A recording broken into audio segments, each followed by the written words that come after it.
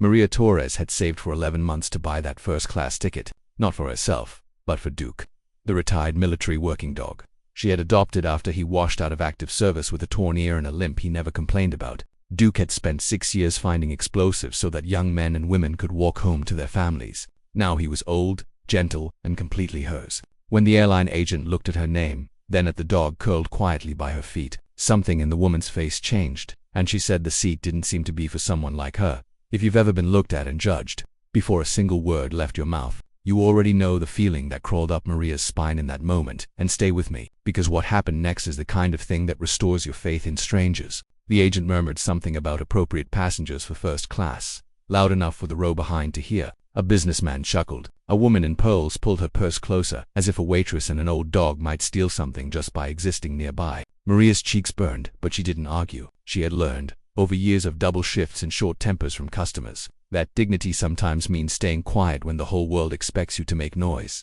She reached for Duke's leash and started gathering her bag, ready to walk to the back of the plane where she believed she belonged. That was when a voice, low and even, came from 3 rows up. A man rose from his seat, broad-shouldered, gray at the temples, a small tattoo of a trident just visible beneath his rolled sleeve. He didn't raise his voice. He didn't need to. He said he'd flown with dogs like Duke in places most people would never survive, and that the scar over Duke's eye wasn't a flaw. It was a medal nobody had thought to give him. He introduced himself only as Commander Hale, and he said that if this woman and her dog weren't welcome in first class, then he wasn't either. And he began pulling his own bag from the overhead bin.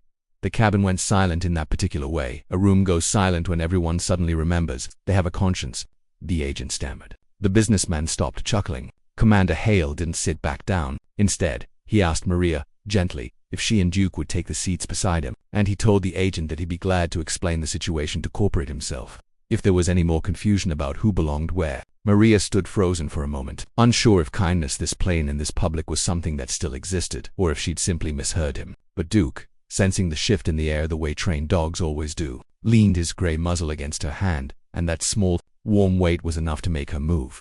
She sat down beside a man she had never met, in a seat she never thought she'd earned, and for the first time in a long time, nobody looked at her like she owed the room an apology. Somewhere over the clouds, Commander Hale told her quietly that Duke reminded him of a dog he'd served beside years ago, one who never came home, and that seeing Duke alive and loved was the closest thing to peace he'd felt in a long while. Maria realized then that kindness rarely announces itself with trumpets. Sometimes it simply stands up, in a crowded room, and refuses to sit back down until things are made right by the time the plane landed. The flight attendants were slipping Duke extra water, and passengers who had said nothing earlier were now asking to pet him. Maria walked off that plane taller than she'd boarded it, not because her ticket had changed, but because someone had reminded an entire cabin that worth was never about the price of a seat. If this story touched something in you, share it with someone who needs a reminder that decency still walks among us. And tell me in the comments, would you have been the one to stand up?